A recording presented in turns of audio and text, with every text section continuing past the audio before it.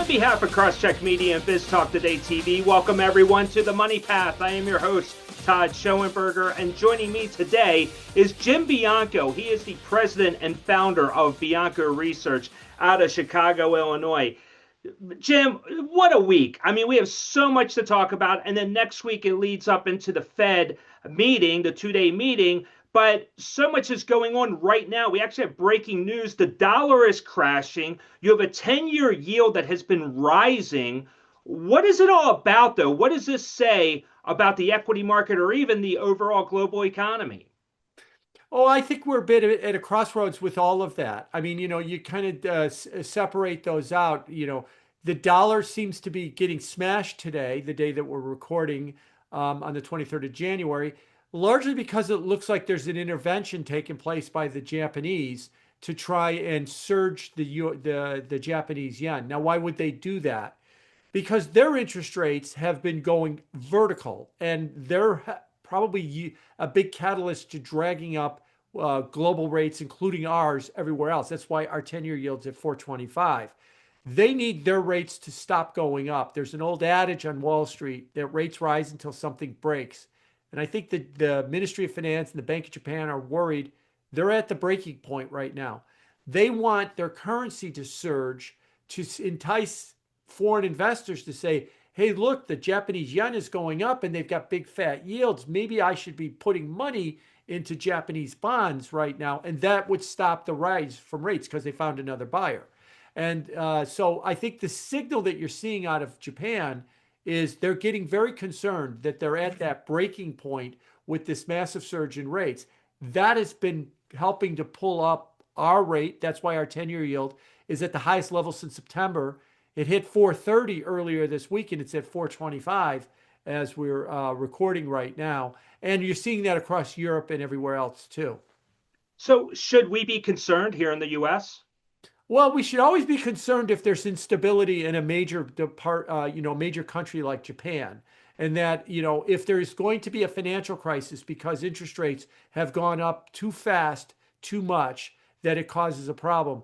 It's something you don't want to say you want to ignore, but it's not a financial crisis here in the United States. But it can be concerning because Japan is a major trading partner and is a major country, and we do care about what happens to them. So the Treasury Secretary said earlier this week that the sell-off in equities on Tuesday was a result of what is taking place in Japan. It had nothing to do with Greenland. Do you believe that?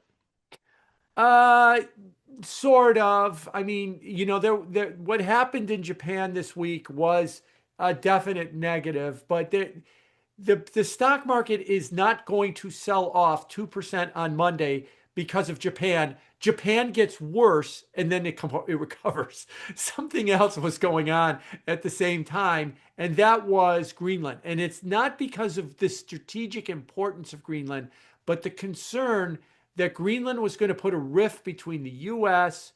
and was going to put and the United States was going to lead to confiscatory tariffs and all kind of retaliation.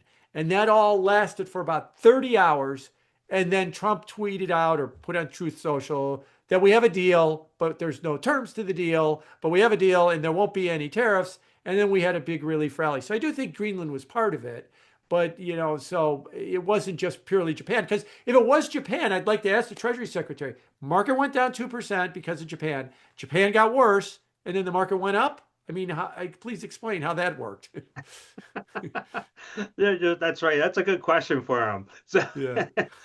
but let's talk about the Greenland. You have connections to Washington and to the White House. I mean, what is your take on this Greenland potential acquisition, or now just a deal, maybe the right of first refusal to go in there or into Greenland and actually look at rare earths? I mean, is this going to benefit the United States, or is there something more to the story that we haven't heard?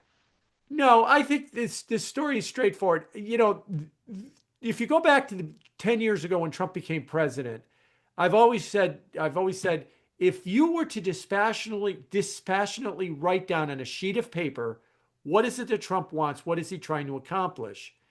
And, you gave it to people, most people would read it and agree with it. And then you watch the methods and the histrionics that he goes about doing things, and your head wants to explode. So what is it he's trying to do in Greenland? He's pointing out that Greenland is of strategic importance to the West and the United States in particular, because a lot of Russian and Chinese warships traverse right past Greenland, and Russia and China has operations on the continent of, or on the island of Greenland. And so Trump is saying, get them out of there. And let's reduce their ability to use Greenland territorial waters to run warships into the Atlantic. 100% agree. 100% agree with that. But is the proper way to do that to say we're going to invade the country and take them over so that we could kick China and Russia out? Kick them out. Get the Europeans to agree with you to get them out of there. And that's where I think we're going with this deal. And that's why you talk about the right of first refusal and stuff.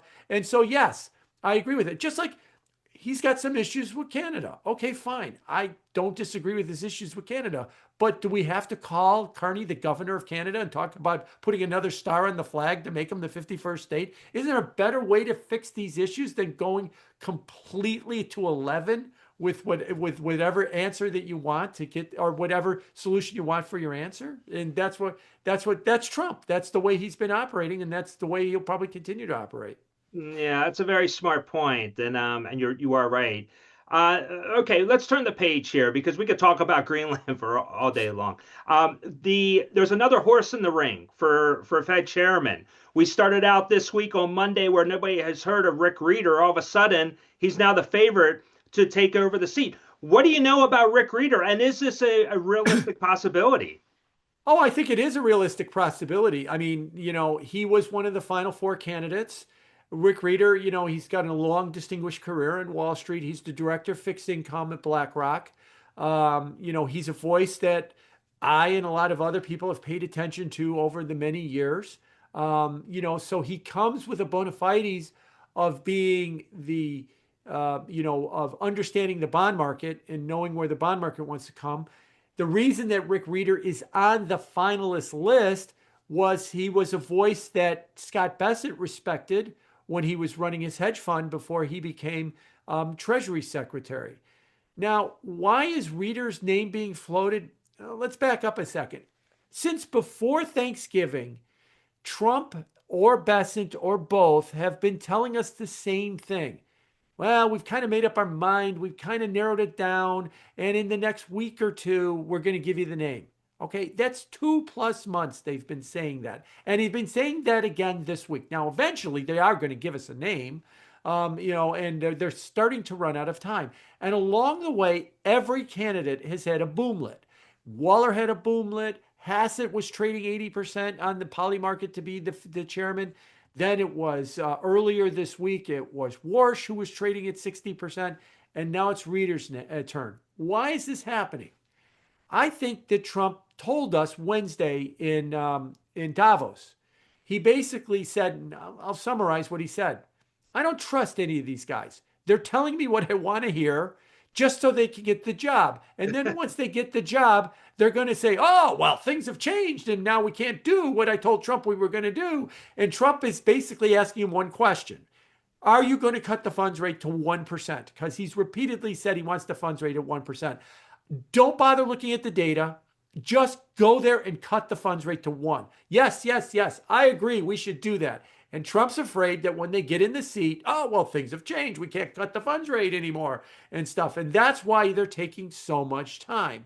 And now the new boomlet is going to be Rieder, and whether or not Rieder can deliver on that promise. And we'll see. I think that Rieder should note that if you think it's uncomfortable what Trump has said and is trying to do to Jay Powell, including sicking the Justice Department on him, he's going to do the same to you unless you go in there and you are single. I don't care that we produce jobs. I don't care that the inflation rate went up. Cut the funds rate. That's what Trump is going to tell him to do.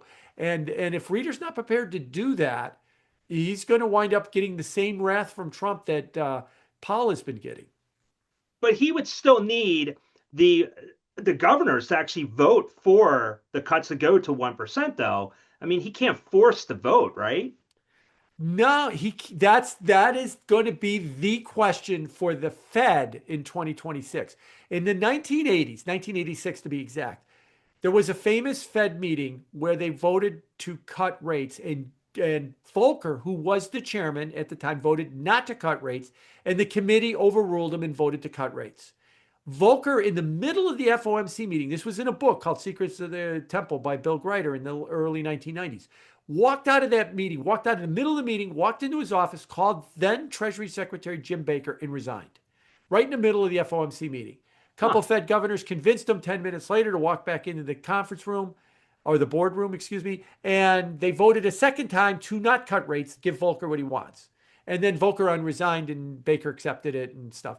And from that moment forward, it's always been you get to talk to the Fed chairman all you want, but a week before the meeting, the Fed chairman makes the decision and everybody salutes it and everybody votes with what the Fed chairman wants.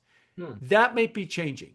And I think it would be a good thing because I've been a very big critic of this policy, the way the Fed works, because it creates groupthink and they're blindsided to problems. We all know that they thought inflation was going to be transitory 5 years ago, and it wasn't.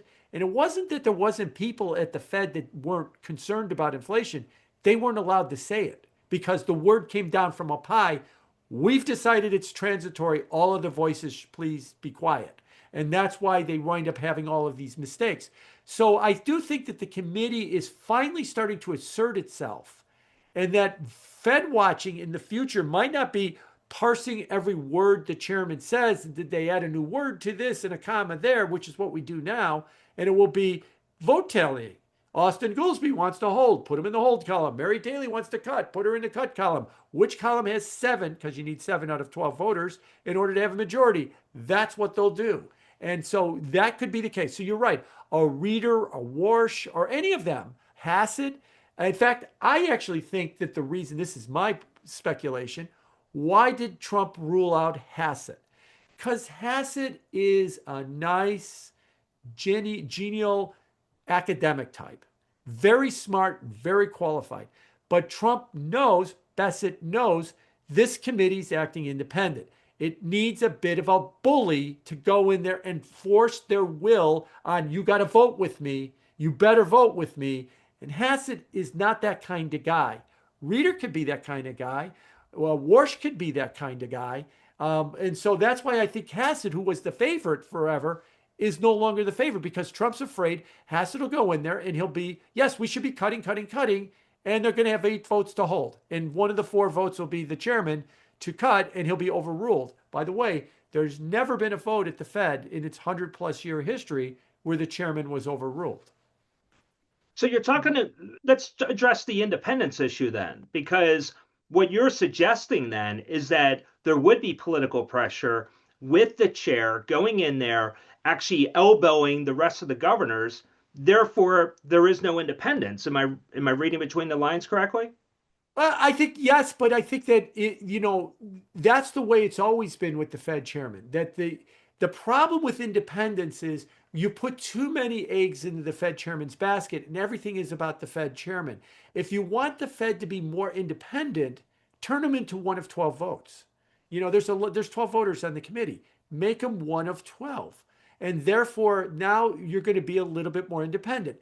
The committee is very divided on what they should be doing right now. Nick Timiraos of Wall Street Journal, before the December meeting, did a tally of all of their public speeches, and 10 of them said that they should not cut rates at the December meeting, and 9 of them said they should.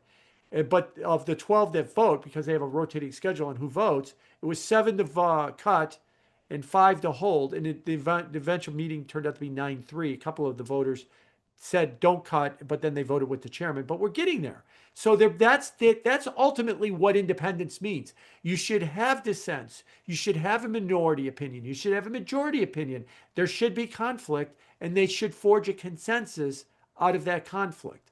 I think that's really where you'd get independence at that point. Independence is not just everybody waiting for one guy, the chairman, to decide how they're going to vote.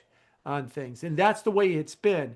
So I think it would be, in the long run, a good thing if the Fed was to be more independent and that they all vote this way and that the chairman becomes one of 12 voters. I've always wanted to see it that way. It's just, again, like I was saying about Trump with Greenland.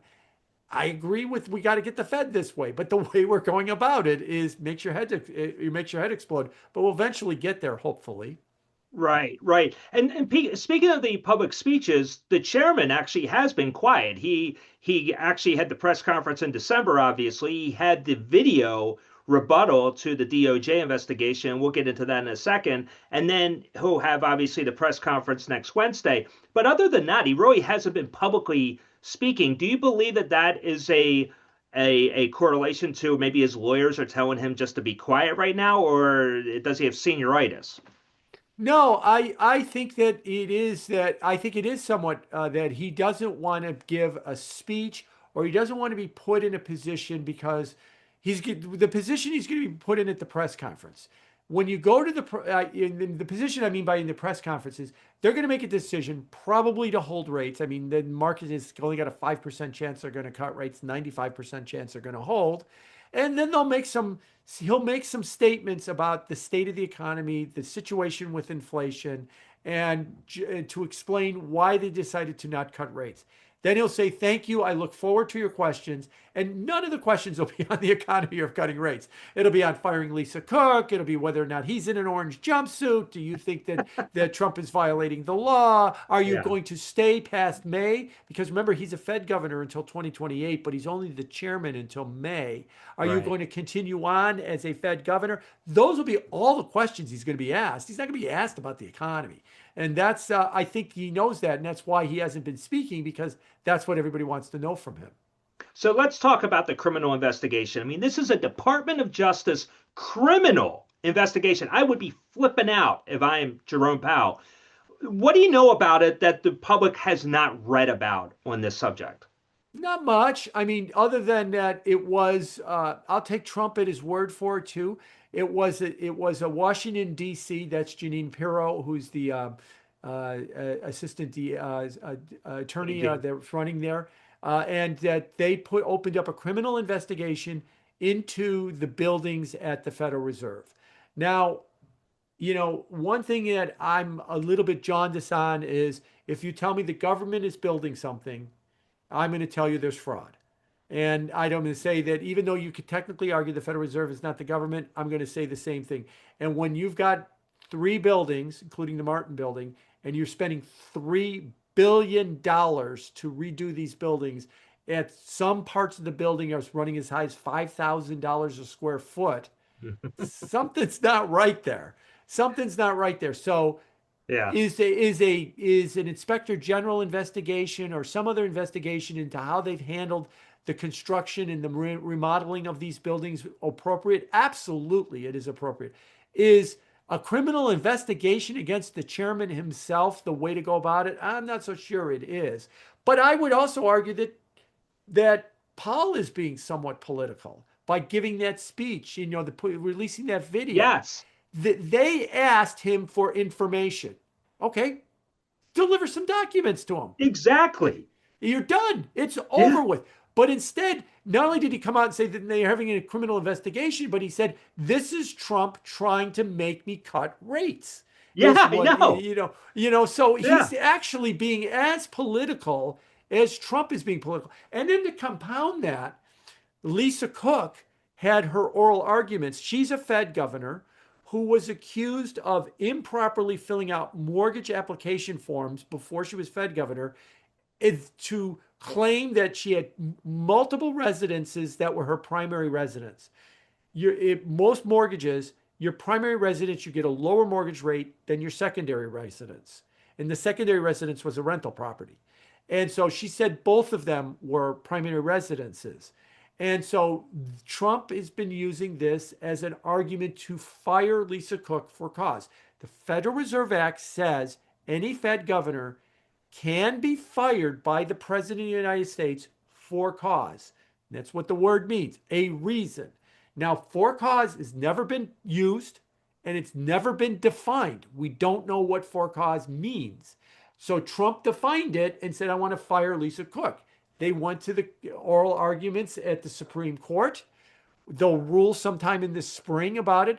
But Jay Powell went and sat in the audience and watched it as almost another act of defiance to Exactly. support Lisa Cook. So at this point, is Trump being political? Absolutely. Is Powell being political? As much as Trump is being political. So we're setting up a heavyweight fight between these two. And these are the questions he's going to be asked at the press conference. It's not going to be about whether or not the inflation rates, I'm sure some people will, but these are going to be the main things people are going to look at is what is the politics between you and Trump, not whether or not the inflation rate is going up or down. I would think that the chairman would need his defense attorneys with him up there on the stage as he's talking, because there's no way. I mean, he's going to incriminate himself. And you're right. The rebuttal that he had on that Sunday night, what was the point? Just turn over the damn records. And if it is a criminal investigation, it gives the illusion that there's government money and there's kickbacks elsewhere. And that is where you're going to run into the crime part. So there must be more to this story. I doubt the DOJ's pushing this thing to the point where they're thinking, oh, yeah, we just want him out, because at the end of the day, it's only 4 months away. He's leaving anyhow, and you still have to go through a committee hearing with the person that Trump picks. So it's going to take time, and I can't imagine that there's a real there's a if this is about cutting 25 basis points, who cares? I mean, it doesn't move the needle, but we'll I see. think it's also about the next chairman. Go back to whether or not it's Rick Rieder, Kevin Warsh, or somebody else, or whoever they wind up picking, that Trump is, trying to fire Lisa Cook, a criminal investigation against Powell. It's almost like an indirect way to say, hey, next chairman, I picked you. You told me in the meeting that you agree with me, the funds rate should go to 1%. If you change your mind, you're going to be the next guy in the crosshairs. Is Yeah. almost, it almost makes you want to think, do you really want this job with all the strings that attach to it? So it's going to, and if you take the job and you start arguing that the Fed should be more aggressive in cutting rates, and maybe you genuinely believe it, you're going to look like a patsy to to Trump as well. So it's going to make the next Fed chair job very, very difficult for whoever Yeah. takes that job. That's a brilliant point, and you're right. It's like the Buffalo Bills right now. If the quarterback starts crying, you have to worry about job security all of a sudden. So that might be another thing. Well, So, if the chairman starts crying, then we'll have to, put the same thing on it too. oh my goodness, that would be breaking news. But anyway, I do want to get your thoughts so real quick, because you have the jobless claims are under 200,000. You have the PCE number, it came in very soft. There clearly, it doesn't seem like inflation, at least the trend is going lower. Why do we even need to cut rates? Are you predicting any rate cuts in 2026? I don't think the Fed should cut rates in 2026. And I would probably hopefully they'll come around and agree with that. Now, the big caveat is the January meeting is the markets are not pricing in a rate cut. That's next week. The next meeting after that is March. The markets are not pricing in a rate cut for that one. So that gets you to the third meeting of the year. That's May. That's Powell's last meeting. And then you get a new Fed chairman. And so, I don't think they should cut rates, but given that I don't even know who the guy's going to be that's running the Fed in 5 months, I don't know if that's the way that they're going to look at it. Now, why do I say that? The claims number, the 4 week average of initial claims is 202,000 over the last 4 weeks. That it was 198,000 in 2022. So it's Hmm. effectively the same number. That's the lowest number in 50 years. No, 2022 and now. Those are the two lowest numbers in 20 years. The number of people filing for claims is extraordinarily low, meaning people aren't losing their jobs and they're not filing for claims. The number of people on continuing claims, you file, that's the initial claim. How many people are taking claims in the second, third, fourth, fifth week? That number is starting to fall too. Hmm. So this is what we call a low fire environment. It's also a low hire environment too, because the payroll report is negative for the last 3 weeks, 3 months, excuse me, when we got the December payroll report, meaning that not many people are getting jobs. So it's a low hire, low fire job market. It's the opposite of what we had coming out of COVID, because we had a big churn and we called it the Great Resignation and everybody was turning over jobs. This is the opposite of that right now. But You also have at the same time very low population. Population growth in the United States, just to back up, is driven by one primary thing: immigration. It is not driven by births versus deaths. In fact, the government is saying that that number will turn negative in 4 years, that more people will die than will Yeah. be born in 4 years. So all population growth in the US will come from immigration. We have no immigration. Trump has closed the border. They're deporting people. And so if we have no population growth and the number of working age people in the US is growing very slowly, even though it's a low hire, low fire environment, the estimates are you might only need 15 to 25,000 jobs a month. That's all we need in order to meet what the country's needs. So if we're in a low fire, low hire environment and we keep churning out 15,000 jobs, the answer is the labor market's fine. You don't need to cut rates.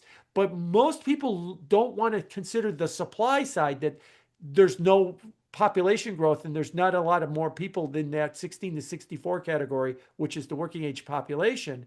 And they're just saying, look at the number of jobs is going down. Yes, but the number of jobs that people need is also going down. And they're still in balance.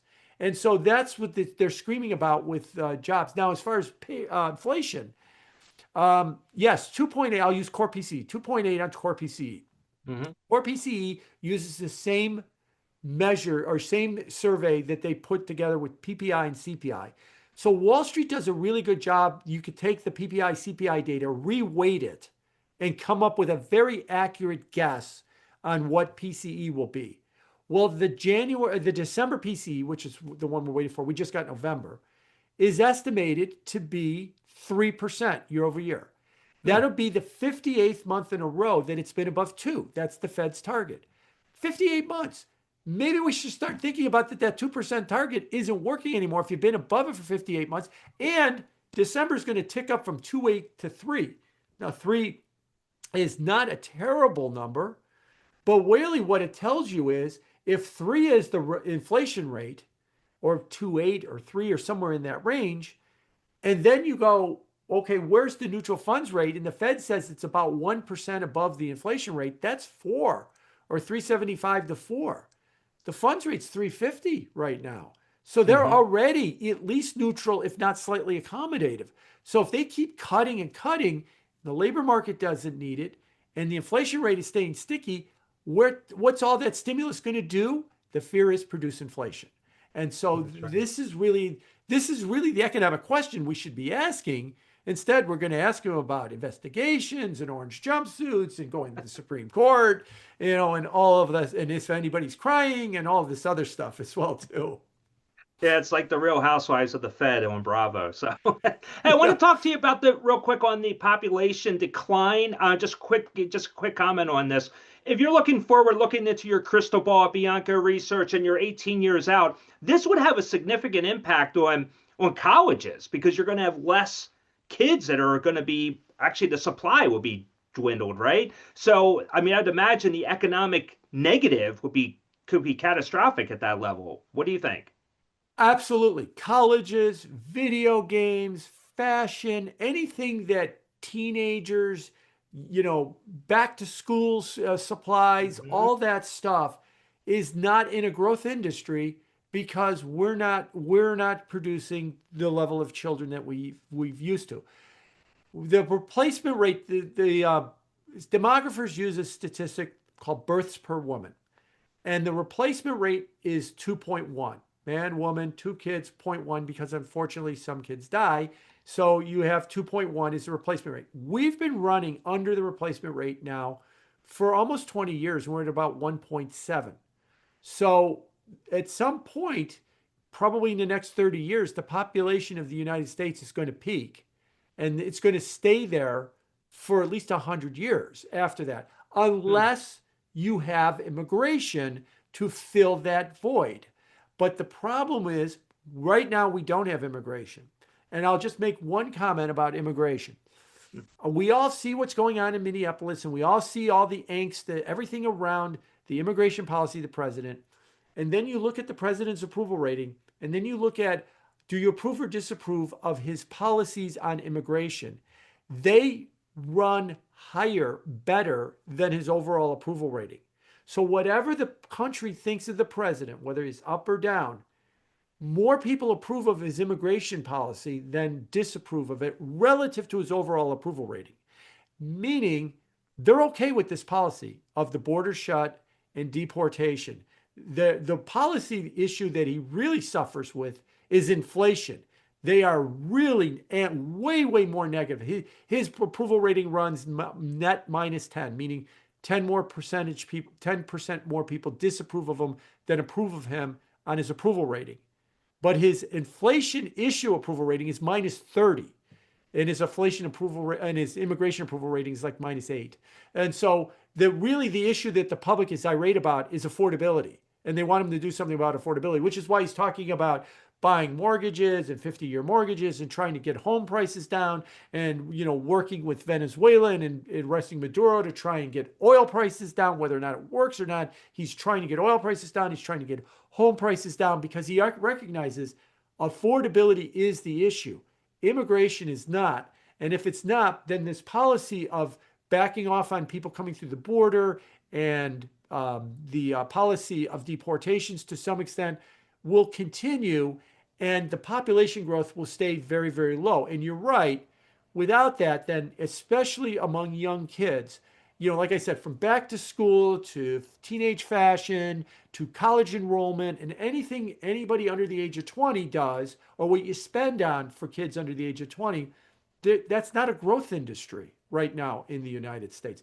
The growth industry is hospice care and nursing homes. That's what the growth industry is in this country. We're making more old people every day than we are making newborns.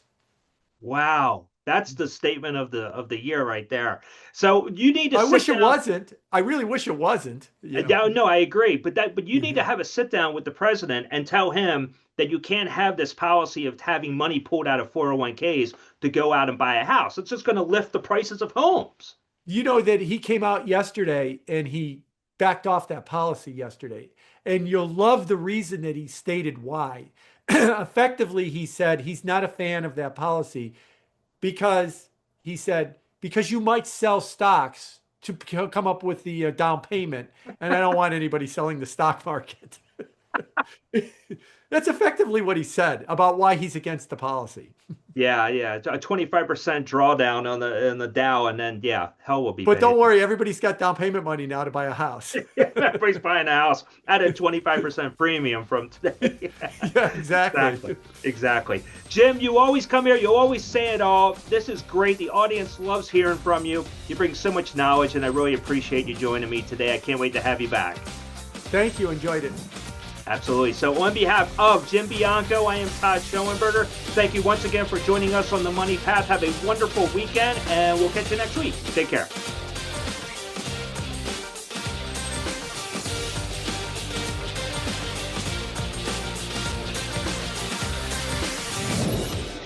Access real-time data and intelligent analytics exactly when you need them. Get the right data at the right time. Learn more at quotemedia.com.